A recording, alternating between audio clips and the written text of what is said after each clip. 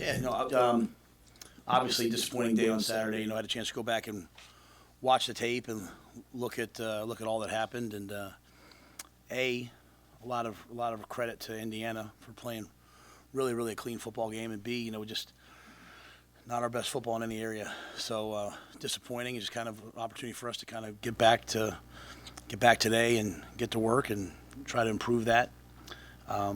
We have obviously a great test ahead of us, but we're excited to move forward. So with that, I'll take all your guys' questions. You watched the defensive film.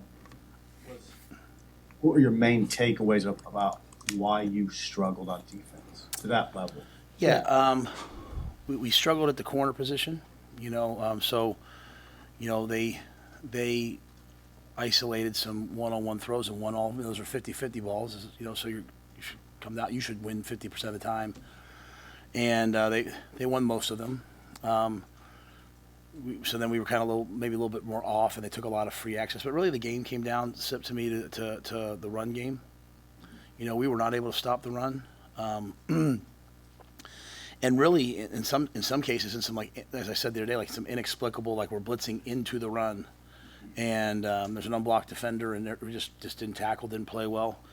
In the second half, go back for that game now. It's 14-7 with 4 minutes left in the first half. And we call that the middle eight. The first four. We've been historically very good in that area, and we weren't good. And you as a head coach, I think you always have to start with like, what do I regret? What do I not regret? Coming out in the second half, it's 28-7. We drive the ball down there. It's 4th and 8, 4th and 9. Probably should have kicked the field goal there. The analytics say no. The analytics say go for it. And there's a big part of me that wants to show the guys you're always playing to win, and it felt like a lot of times in that game we were playing not to lose.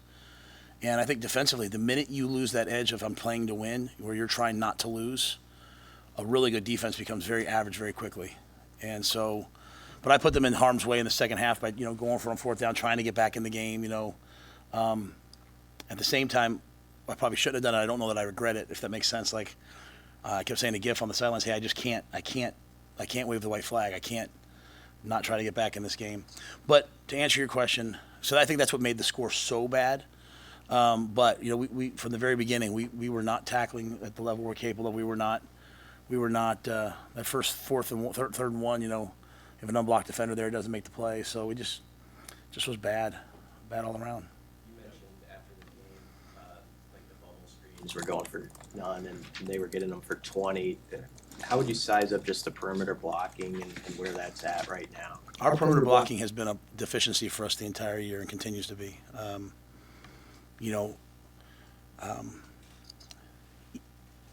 Like even on the first drive, the second drive of the game, you think about the game, right? We start with the ball on the 1-yard line. We get a couple first downs, we punt the ball. Then the next drive, we drive the ball all the way down to the 15-yard line. We fumble. But they blitz off the edge. We have a bubble screen out there. Should get thrown out there. Doesn't get thrown out there. Okay, whatever.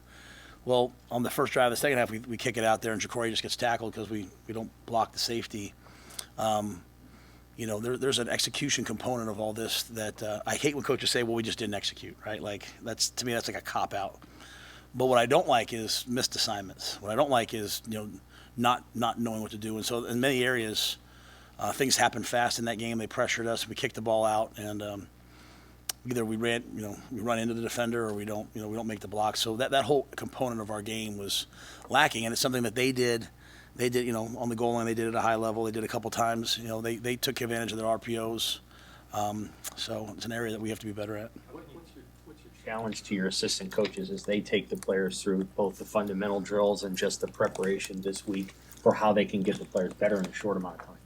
Yeah, Keith told me, I do a good job in season of just staying very locked in and not reading stuff and listening to stuff. But Keith kind of said like, hey, he said to me, your statement of I didn't see this coming gained traction. To which I would say, and I'm just going to get your point, if I saw this coming, then you guys should all be very nervous. Like I thought we were going to play well, and I thought we had a great bye week, and we legitimately, Sam, I'm telling you, we legitimately worked on these things over and over. Now sometimes, no one's going to want to hear this. Sometimes maybe they'll show up this week, maybe they'll show up the next week. But these are not things we haven't done all year, all spring. we got to that moment, and we just didn't do the things I know we're capable of doing. And so I hate when coaches walk in after games and say, "Hey, that's on me." But I really felt that way because I know what we're capable of doing, and we didn't do it.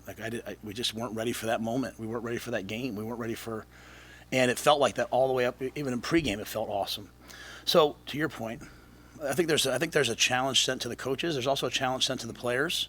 These are grown men. You're supposed to block that guy. Block him. Block him.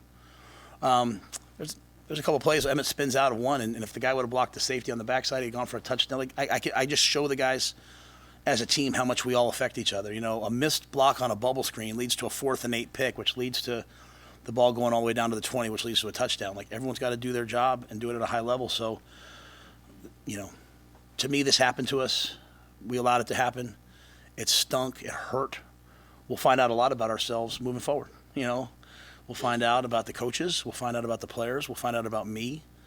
The last thing we're going to do is sit around and be victims. So yeah. There's areas that we struggled in that game, but at the same time, we haven't struggled tackling like we did in that game.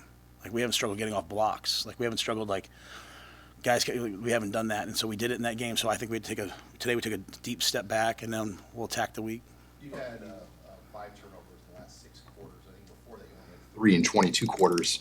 I mean, particularly in the passing game, what are you seeing? Why is Dylan forcing throws or throws not there? Teams playing different looks on Dylan? I mean, why are the interceptions there now that maybe weren't there at the beginning of the year? I think a smarter coach probably would have just settled the game. When you're down 35-7, would have settled the game down. In my mind, the long game is that Dylan's going to have to learn how to play in those moments, right? Intense pressure, trying to get the team back in the game. So we probably could have minimized that. You go through the interceptions. The first one's 4th and 8. I think if Thomas came up here, he would say, "Man, I have the defender outside me. I'm supposed to hook in on double. It's an option route." He caught that on the first down. If I would have turned in and read the coverage right, Dylan would have thrown me the ball. It'd have been a first down.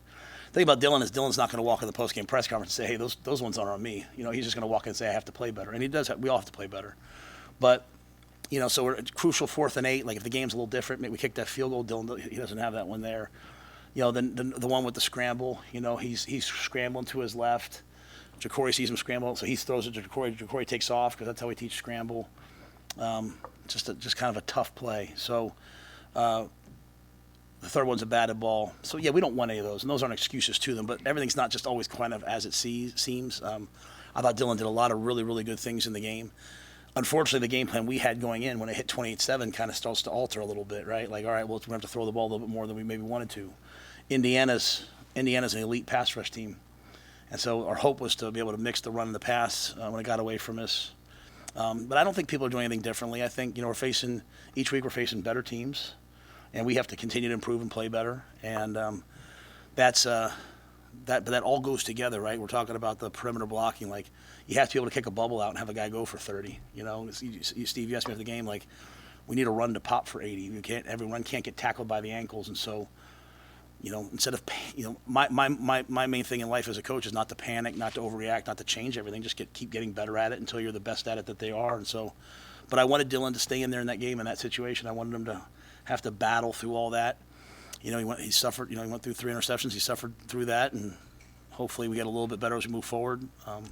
But I think he's playing well. I really do. It might not seem that way to everybody, but I think when I watch the tape, I like most of everything that he's doing, and we'll just keep building off it because the teams get better and better. Along those lines, No panic, no overreact. Do you have to be wary of anything with the players because of the nature of that loss?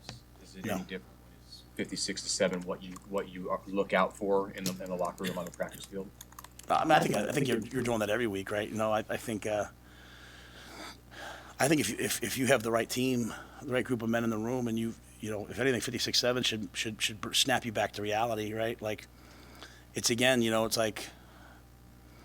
we had some success defensively the last game, and all of a sudden, I'm more worried about success leading to complacency than I do about coming back from something hard. I mean, you go back and watch the tape now. If you watch the coach's tape, 2 or 3 times we should have sacked guys. So the guys that were all over the news interviews and all over Twitter talking about how many sacks they have, they didn't show up in that game, right? So to me, I'm worried about complacency, and I really trust our players. I think our players just have to settle down and go back to the drawing board. You have a bunch of veteran players who, we've had a couple opportunities to get to these big moments, and we've gotten there. It's just kind of fallen a little bit flat, right? So last year, Michigan, right? And then we rebound from that, right? And then we get ourselves to 5-3, and then we just can't quite get over the hump. And then here we are. Colorado, to me, was a breakthrough, right? Like, hey, a big moment. We went and played it. And then, Illinois has proven to be a pretty good team, right? They just beat Michigan on the road, but that was a good game back and forth. But we got to overtime, and it just kind of looked like that game, right? And now here we are on the road against Indiana, a team I felt we were prepared for, and it fell flat. So part of my job is getting us to,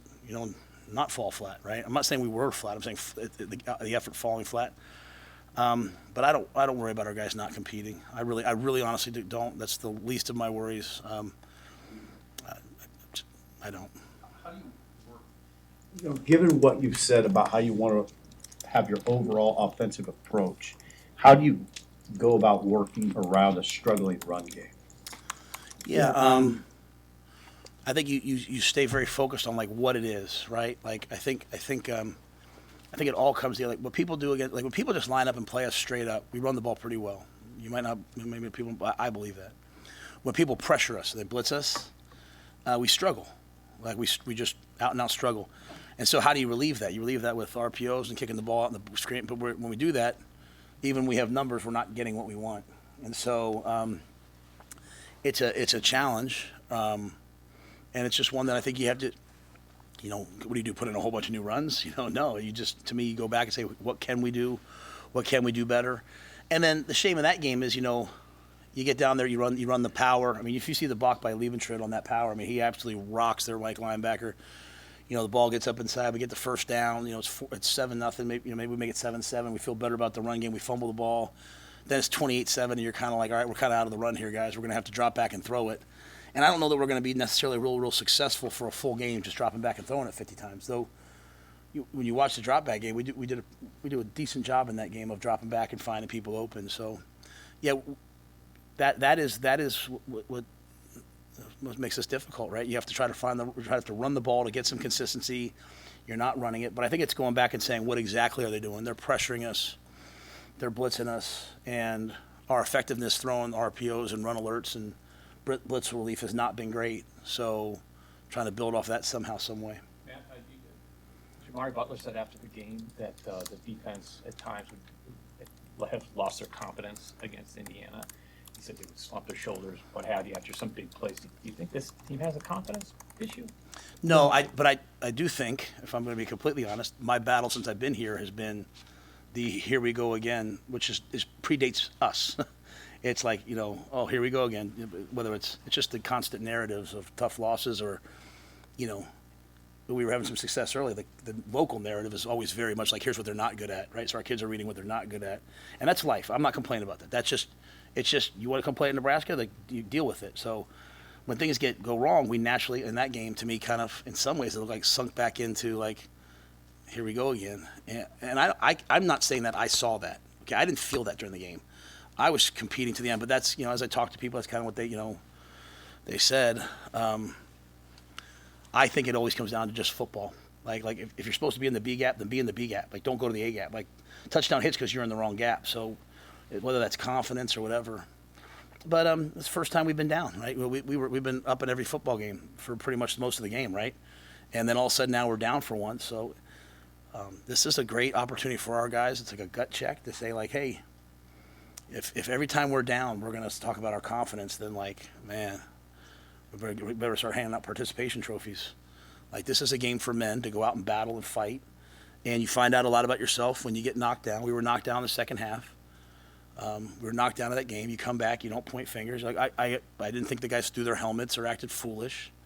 You took the loss. As bad as that loss felt, it's the same as losing 7-6. You're 5-2. Find the things you're good at, build off them, work on the things you're not good at, come back the next week and go compete. So all those other things like confidence and all that, I mean, I think those are, I was very direct with the team. Like, we're not going to make a bunch of excuses. Like, we just didn't play well enough. Go play better. Go coach better. Hey, the tempo that you guys used at a couple spots offensively in the first half and had some success with, is that with the system that you want to play and being a defensive-oriented team, especially against that offense that, in the offense you'll see this week, is it hard to use that more consistently, that tempo, and have it fit into your style, your game plan? I think anytime you're playing well, and executing, Michigan won the national championship last year in the huddle. A ton of teams are in no huddle the whole. I really honestly believe it kind of comes down to blocking, making plays, winning your one-on-ones, making guys miss. So my natural inclination would be to always play with some tempo. I think it's just harder on the defense. At the same time, we're living in a world of signal stealing still and all those things. So sometimes it's easier to get in the huddle. You're facing an offense that's, we weren't playing great defensively. Sometimes it's easier maybe to slow it down a little bit. But my natural inclination would probably always be to play with some tempo just to keep people on their heels. But I think every game's a little bit different, right? I think every game you're trying to identify, what you do well, what they don't do well.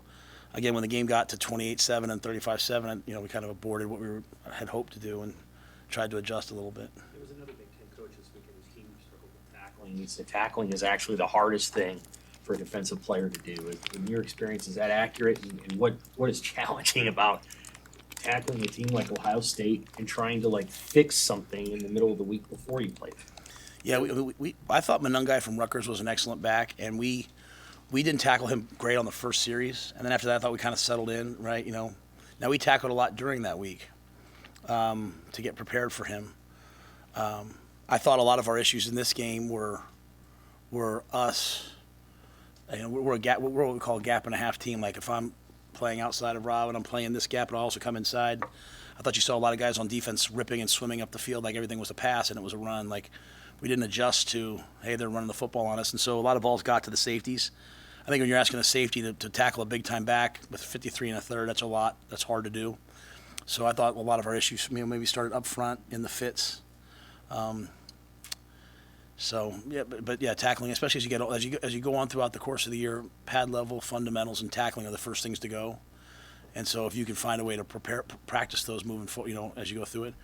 The disappointing thing about last week was it was coming off a bye where we took a lot of time to work on the fundamentals, and that's kind of when I go back, to the question earlier about perimeter blocking. I do believe we're repping those, but anytime something doesn't show up, we're not going to just throw it on the kids. Hey, you guys got to execute. We have to rep it until it's good enough. And tackling wasn't an issue against Rutgers. It was in this game. It'll certainly be a challenge versus a running game like Ohio State's. I know we want to talk about last week, but we have a heck of a challenge in front of us this week.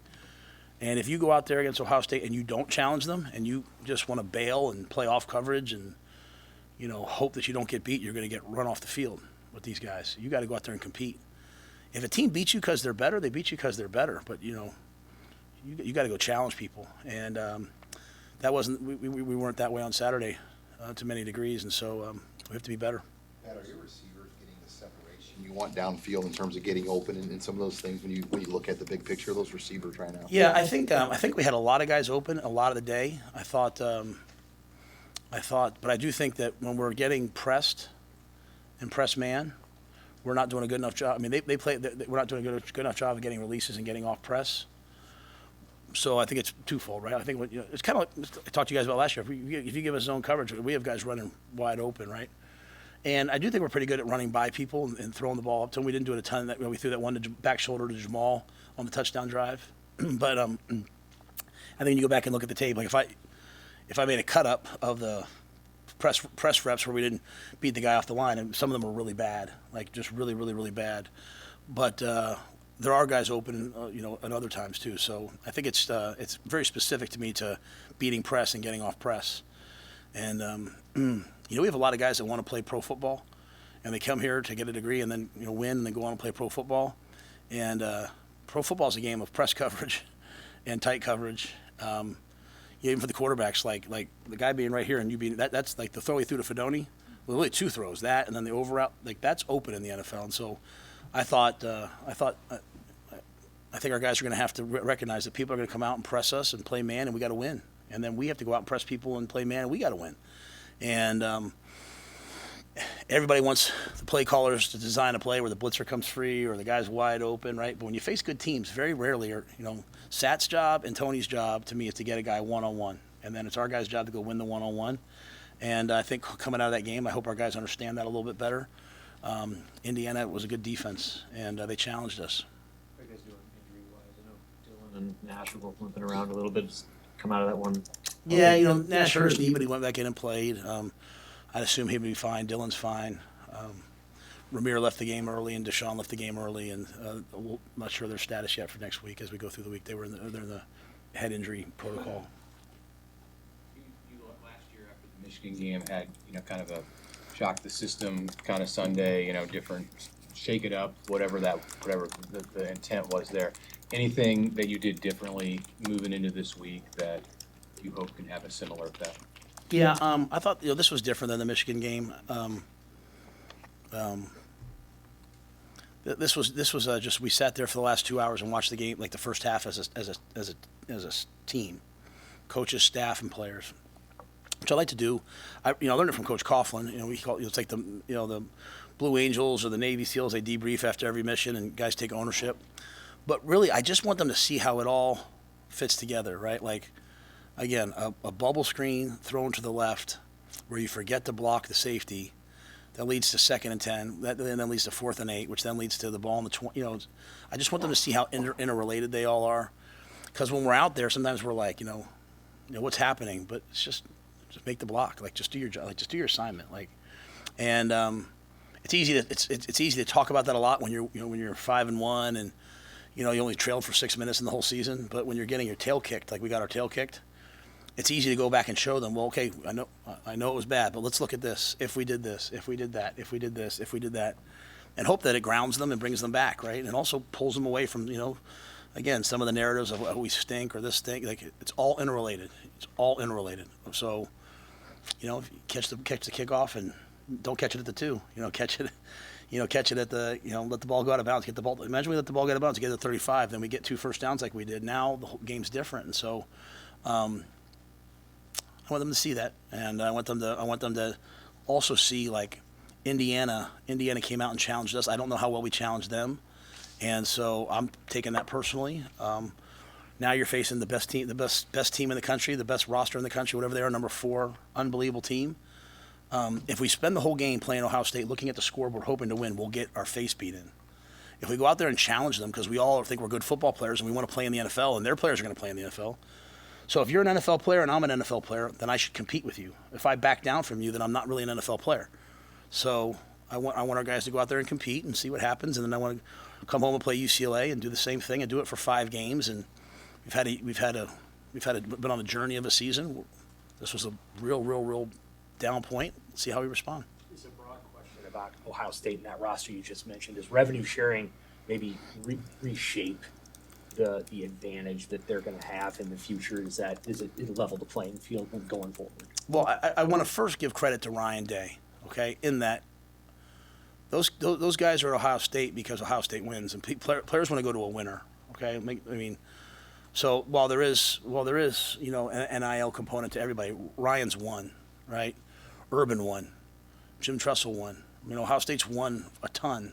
And so kids want to go be a part of one of the best programs in the country, right? Why, best receiving corps over the last however many years, great, all first-round quarterbacks.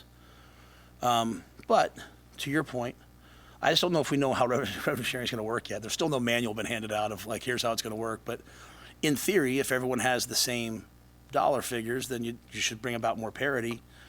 On the flip side of that, no one knows the impact of NIL. But to me, Ohio State's roster is not about NIL. It's about guys saying, hey, I want to go play at a place that competes for championships. And, so for us, like for us to get to that point, we've got to win enough to justify players taking a chance on us until we're at the top of the mountain, and then everyone wants to come. So, you can't have many 56-7 wins, right? Games, you got to go compete at a high level. But we'll get there. You worked Micah on the left tackle. Was that a pretty easy move for him? I'd say it's probably really challenging. He's never really truly. I thought it was a lot of guts by him to want to go out there and play. We worked it the week before.